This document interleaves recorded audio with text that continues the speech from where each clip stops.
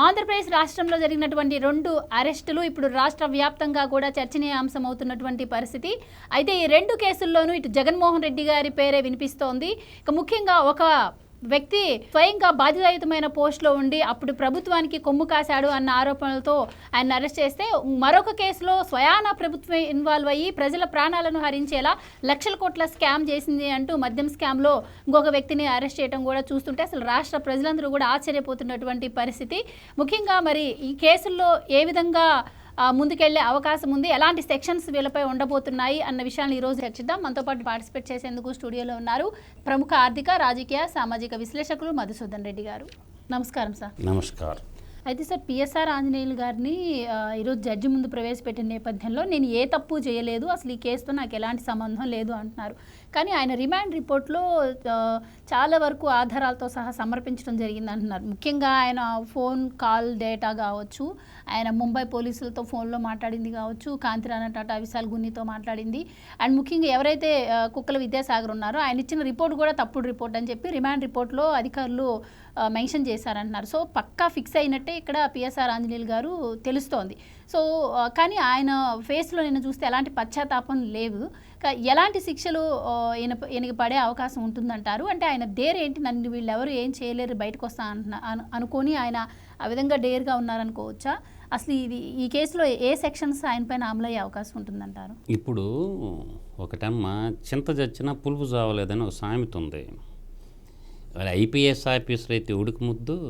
భారతదేశం ఇటువంటి ఐపీఎస్ ఆఫీసర్లని ఎంతోమందిని చూసింది, కానీ అహంకారం పెరిగిపోయింది. ఈరోజు భారతదేశంలో ఎమ్మెల్యేలకి, ఎంపీలకి, మంత్రులకి, ఐఏఎస్లకి, ఐపీఎస్లకి మేమే పెద్ద తోపుగాళ్ళం, మేమే తురుంకాళ్ళం, మేము ఎవరినైనా ఏదైనా చేయగలం అంటే, భారత రాజ్యాంగం ఏంటంటే పౌరులకు హక్కులు ఇచ్చింది.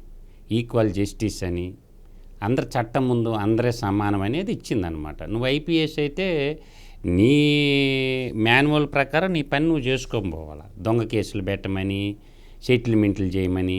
ఇప్పుడు ఇన్కమ్ ట్యాక్స్ కేసు కూడా నమోదు చేయాలి. వాడు ప్రాపర్టీ ఆస్తులు మొత్తం జప్పు చేయాలంటే వాడు సర్వీసులో జీతం ఎంత, వాడికి ఉండే ప్రాపర్టీస్ ఎంత, అది కూడా చూడాలి. యాంటీ ఏసీబీ కేసు కూడా త్వరలో పుటప్ చేస్తే బాగుంటుంది. వాడు ఎందుకంటే అవినీతి సంపాదన బినామీ పేర్ల మీద హైదరాబాద్లో చాలా ఉన్నాయి.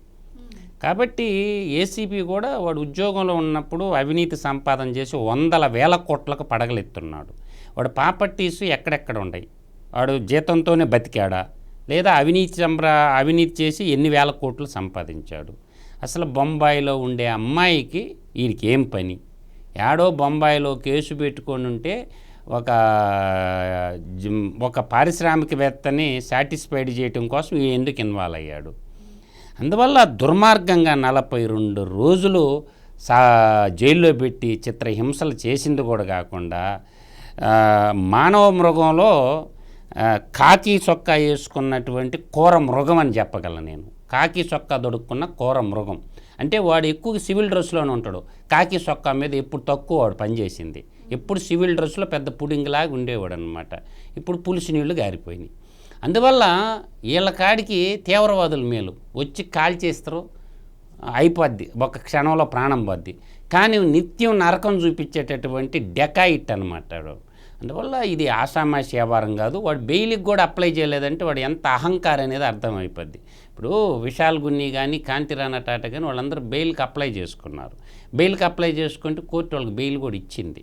కానీ ఎంత అహంకారం అంటే, నన్ను అరెస్ట్ చేసే దమ్మున్న మగోడు ఏపీ పోలీసుల్లో ఎవ్వడు లేడు, నా మీద కేసు పెట్టే మగాడే లేడు, నన్ను ఎదుర్కొనే దమ్ము ఉందని రాజ్యానికి సవాల్ ఇసిరారు. ఆ సవాల్ ఇసిరినప్పుడు ఏమైంది? అరెస్ట్ చేసి రారమ్మమ్మ అంటే ఇతను బయటకు హైదరాబాదులో కూర్చొని సస్పెండ్ అయిన తర్వాత అంటే ఆర్థిక ఉగ్రవాదులుగా మారినటువంటి ప్రజల సంపదను వాళ్ళందరూ మారిన వాళ్ళకి ట్రైనింగ్ ఇస్తుండవు, ఎలా తప్పించుకోవాలా కేసుల నుంచి, విదేశాలు పోలీసు వాళ్ళకు దొరకకుండా ప్రభుత్వంలో ఏం జరుగుతుంది, తన పాత వాళ్ళందరిని పట్టుకొని ఇప్పటికిప్పటికి ఇన్ఫర్మేషన్ పాస్ ఆన్ చేస్తున్నాడు. ఆ డేటా కూడా దొరికింది. అంటే ప్రభుత్వ విధులకు ఒక రకంగా ఆటంకం కలిగింది. ఆయన నోటితో ఆయనే చెప్పాడు అరెస్ట్ గురించి వారం ముందే తెలుసు అని. ఎలా తెలిసింది ఆయనకు వారం ముందే అరెస్ట్? ఇప్పుడు ఆల్రెడీ అతనికి అన్నీ తెలుసు. ఇతనికి ఏంటంటే ఇప్పుడు అతను ఉన్నాడు కదా, గోరంట్ల మాధవ్, అబ్బాయి ఎవరో ఒక అబ్బాయి కిరణ్ అరెస్ట్ చేసినప్పుడు ఇన్ఫర్మేషన్ ఇచ్చింది కూడా ఇతనే, పలానా వాళ్ళు తీసుకుపోతారని. అది కూడా బయటకు వచ్చింది. ఆ తర్వాత కసిరెడ్డి రాజశేఖర్ రెడ్డికి ఇన్ఫర్మేషన్ ఇచ్చింది కూడా ఈయనే. కాబట్టి ఆ డేటా అంతా దొరికింది కాబట్టి ఇంకనే బయటపడటం కష్టం. అబ్బాయికి ఏంటంటే అత్తారిల్లు జైలే, పిఎస్ఆర్ ఆంజనేయులకి అత్తారిల్లు జైలే, పీటీ వారెంట్లు ఉన్నాయి. వీడి మీద చాలా ఉన్నాయి. ఎందుకంటే 307 కూడా ఒకటి ఉంది, అటెంప్ట్ టు మర్డర్ సెక్షన్ కూడా ఒకటి ఉంది. పీటీ వారెంట్లు పడతాయి. ఈయన వచ్చిందంటే పక్క పోలీస్ స్టేషన్లో కూడా పీటీ వారెంట్లు వేస్తారు. ఇంకా ఈయన అబ్బాయి ఒక 3 నెలల దాకా అత్తారింట్లో కాపురం చేయాల్సి ఉంది. కాబట్టి ఇంకా ఆడ జైలర్ గారి మీద ఆధారపడి ఉంటుంది ఆయనకి చెప్పకూడు. జైలరు ఎలా చూసుకుంటాడో, ఇంటి అల్లుళ్ళలాగా చూసుకుంటాడో, ఖైదీలాగా చూస్తాడు అనేది ఆయన జైల్లో ఉన్న జైలు. ఇప్పుడు జ్యుడిషియల్ రిమాండ్లో ఉండరు కాబట్టి ఈయనకి పీటీ వారెంట్లు కూడా చాలా పడతాయి. చెప్పిన సెక్షన్స్ ప్రకారం ఆయన బెయిల్ వచ్చే అవకాశం ఉంటుందంటారా? పోలీసు కాకి తన డ్యూటీ తాను చేసిందంటే స్వార్థం లేకుండా బెయిల్ రాదు, సమస్య లేదు, బెయిల్ వచ్చే పనే లేదు. ఆగస్టు 24లో పెట్టారు కేసు ఈ మగోని మీద. ఇప్పుడు ఇవాళ ఏడున్నాం మనం, ఏప్రిల్ నెలలో ఉన్నాం. అంటే ఆగస్టు 8వ నెల, ఇదే నెల ఏప్రిల్ నెల, ఇది ఒక 4, అదొక 4, 8 నెలలు కోర్టుకు పోకుండా అప్లికేషన్ పెట్టుకోవచ్చు కదా. అతనికి తెలుసు స్పష్టంగా నేను తప్పు చేశాను, ఏదో ఒక రోజు నన్ను అరెస్ట్ చేస్తారు, కోర్టుకు పోయి బెయిల్కి అప్లికేషన్ పెట్టుకున్న వేస్టేను. కాబట్టి ప్రభుత్వ వాదన ప్రభుత్వం వినిపిస్తుంది. కాబట్టి ఒక ఆడపిల్లని తీసుకొచ్చి హరాస్మెంట్ చేసిన కేసులో ఇంతకాడికి వాడు పౌరుషం గల జడ్జి కాబట్టి సూసైడ్ చేసుకొని చచ్చిండు. సిబిఐ కోర్టు జడ్జి ఒకడు, గాలి జనార్దన్ రెడ్డి కేసులో లంచం తీసుకొని. కాబట్టి వాడు మానవత్వం ఉండేటటువంటి మనిషిగా అనేది వారికి సూసైడ్ చేసుకొని చావాడు. వాడు మానవత్వం లేని మనిషి, మృగం కాబట్టి ఇంకా బతికొండు భూమి మీద. వాళ్ళకు ఇంచెత్తు మానవత్వం అనేది కానీ ఉండుంటే వాడు ఎప్పుడూ సూసైడ్ చేసుకోవాలి. పిఎస్ఆర్ ఆంజనేయులు అనేవాడు భూమి మీద బతికే అర్హత లేదు. అటువంటి కేడీలకి జైల్లో పెట్టి ప్రజాధనం వేస్ట్ 14 రోజులు రిమాండ్కి కూడా జడ్జి ఇచ్చినట్టు తెలుస్తుంది. కానీ మరి ఆయన కోర్టులో ఆయన తరపు ఆయనే వాదించుకున్నాడు. అసలు ఈ కేసుతోనే నాకు సంబంధం లేదు, అసలు జత్వాని ఎవరో కూడా నాకు తెలియదు, రీసెంట్గానే తెలిసింది, కానీ ఆవిడపై నాకు సదాభిప్రాయం లేదు అని కూడా ఆయన చెప్పినట్టు తెలుస్తుంది. ఇట్లా మాట్లాడినటువంటి వ్యక్తి రేపు పోలీసులకు సహకరించే అవకాశం ఉందా? అంటే మోటివ్ ఆయనకి లేదు, అంటే కాదంబరి జత్వాని ఆయన తీసుకురావాలి అన్న ఇది ఆయనకి లేదు, ఆయనకు అవసరం కూడా లేదు. కానీ ఎవరో చెప్తే చేశాడు అని కూడా మనం వింటున్నాం. సో ఎవరు అతనితో ఆ పని చేయించారనే విషయాన్ని అసలు ఆయన చెప్తారంటారా పోలీసులకి? ఎందుకు చెప్పడం, అన్ని గక్కతరు ఇచ్చే ట్రీట్మెంట్ ఇస్తే వాడి ట్రీట్మెంట్ వాడికి అప్పు చెప్తే అంతా వస్తుంది. బత్తాయి రసం పిండేయచ్చు. నాకు గంట నాకు ఇమ్మను చెప్పిస్తా, ఒక గంట ఇమ్మను వాడి చేత మొత్తం గక్కిస్తా. ఏడ పుట్టిండో ఒక గంట ఇమ్మను నాకు అవకాశం. వాడు ఏడ పుట్టినవాడిని కొట్టను కూడా కొట్టబడలే, తిట్టను కూడా తిట్టబడలే. ఒక గంట వాడిని కొట్టబడలే తిట్టబడలే, మొత్తం బయటకు వచ్చేస్తుంది. 1 అవర్ ఇమ్మను ఛాన్సు డీజీపీ గారిని, మొత్తం చెప్పిస్తాడు చేత. నేను వాడు ఏడ పుట్టాడు, ఎప్పుడు చదువుకున్నాడు, వాడు ఐపీఎస్ ఎగ్జామ్ ఏం ఆన్సర్లు పెట్టింది కూడా చెప్పిస్తాడు చేత. వాడిని కొట్టబడలే తిట్టబడలే, ఇచ్చే ట్రీట్మెంట్ ఇస్తే అంతా బయటకు వచ్చేస్తుంది, కక్కుకుంటా బయటకు వస్తుంది అన్నమాట. అందువల్ల ఏంటంటే ఒక్కడు గుర్తుపెట్టుకోవాలా, నేను అనేది ఏంటంటే పిఎస్ఆర్ ఆంజనేయులు A2గా ఉన్నాడుగా, A3గా కాంటీరాన్ తాటా ఉన్నిండిగా, A4గా ఎవరున్నారు హనుమంతరావు అని ఆయన ఉన్నిండిగా, A5 అంట సత్యనారాయణ అని ఉన్నాడుగా, A6 విశాల్ గున్ని అప్రూవర్గా మారిపోయింది. మొత్తం ఉన్నట్టు చెప్పాడు అబ్బాయి.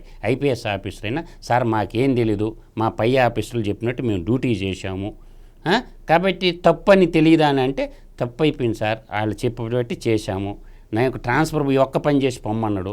కాబట్టి ఇప్పుడు పిఎస్ఆర్ ఆంజనేయులు ధనుంజయ రెడ్డి చెప్తే చేసినవా, కృష్ణమోహన్ రెడ్డి చెప్తే చేసినవా? అసలు కథ అది. అసలు దొంగలు వాళ్ళిద్దరు. ఎవరు? ధనుంజయ రెడ్డి చెప్పిండా, కృష్ణమోహన్ రెడ్డి చెప్పిండా? ఆ 2 పేర్లు ఒక పేరు చెప్తే వాళ్ళకి చెప్పిన బాసుడు, ఆ బిగ్ బాసుడు, అది బయటకు వస్తుంది. వీడు పిఎస్ఆర్ ఆంజనేయులు చేసిన పని ఎట్టంటే, ఆ రోజు డీజీపీగా ఎవరున్నారు? ఆయన కడప ఆయనే కదా. ఆ రోజు చీఫ్ సెక్రటరీ ఎవరున్నారు సార్? బాగా అర్థం చేసుకోండి. సిఎస్ జవహర్ రెడ్డి అన్నా చెప్పుండాలా, కసిరెడ్డి రాజేంద్రనాథ్ రెడ్డి అన్నా చెప్పుండాలా, లేదంటే కృష్ణమోహన్ రెడ్డి అన్నా చెప్పుండాలా. ధనుంజయ రెడ్డి ప్రత్యేక కార్యదర్శి అయినటువంటి కృష్ణమోహన్ రెడ్డి, ఆ రోజు ముఖ్యమంత్రి ఓఎస్డీగా ఉన్నటువంటి కృష్ణమోహన్ రెడ్డి, ఈ 4 రెడ్డిలో ఏదో ఒక రెడ్డి చెప్పుండాలా. ఆ 4 ఎవరు చెప్పారు చెప్పరా పిఎస్ఆర్ ఆంజనేయులు? సద్బ్రాహ్మణ కుటుంబంలో పుట్టినవుగా, బాగా చదువుకున్నావుగా, సద్బ్రాహ్మణుడు అయితే బ్రాహ్మణులు అంటే వేదం చదువుకొని ఉంటారు, వాళ్ళ గ్రంథాలు ఉంటుంది కదా. ఈ నలుగురు అసలు దొంగలు ఎవరు? డీజీపీ కసిరెడ్డి రాజేంద్రనాథ్ రెడ్డి చెప్పిండా నీకు అమ్మాయిని పట్టకరమ్మని? సిఎస్ జవహర్ రెడ్డి చెప్పిండా ఆ అమ్మాయిని పట్టకరమ్మని? లేదంటే ప్రత్యేక కార్యదర్శిగా పనిచేసినటువంటి ధనుంజీ రెడ్డి చెప్పిండా? లేదు అంటే ఇంకొక రెడ్డి కృష్ణమోహన్ రెడ్డి ఓఎస్డీగా పనిచేసిన కృష్ణమోహన్ రెడ్డి చెప్పిండా? ఈ నలుగురు రెడ్డిలో ఏ రెడ్డి చెప్పిండు? టోల్గేట్ రెడ్డోడు. వాడు ఇంత సీన్ ఆడుంది బిఏ చదువుకున్న మీ ఫ్రెండ్కే. మీ తోటి జర్నలిస్ట్ని అవమానించబాకండి, బిఏ మాత్రమే చదువుకున్నాడు. అందువల్ల టోల్గేట్ రెడ్డికి ఇంత సీన్ ఆడుంది. కానీ వీళ్ళ నలుగురిలో ఏ రెడ్డి చెప్పిండో రాజేంద్రనాథ్ రెడ్డి, నేను మళ్ళీ కూడా చెప్తుండా ఆగాయను, సిఎస్ జవహర్ రెడ్డి, కృష్ణమోహన్ రెడ్డి, ధనుంజయ రెడ్డి, ఈ నలుగురు ఈ దుష్ట చతుష్టయం రాష్ట్రానికి బట్టిన దరిద్రం. దుష్ట చతుష్టయం ఎవరు చెప్తే అమ్మాయిని తీసుకొచ్చి చిత్రహింసలు బట్టి నువ్వు అదే చెప్పాలా, చెప్పించాలి ఇప్పుడు డీజీపీ.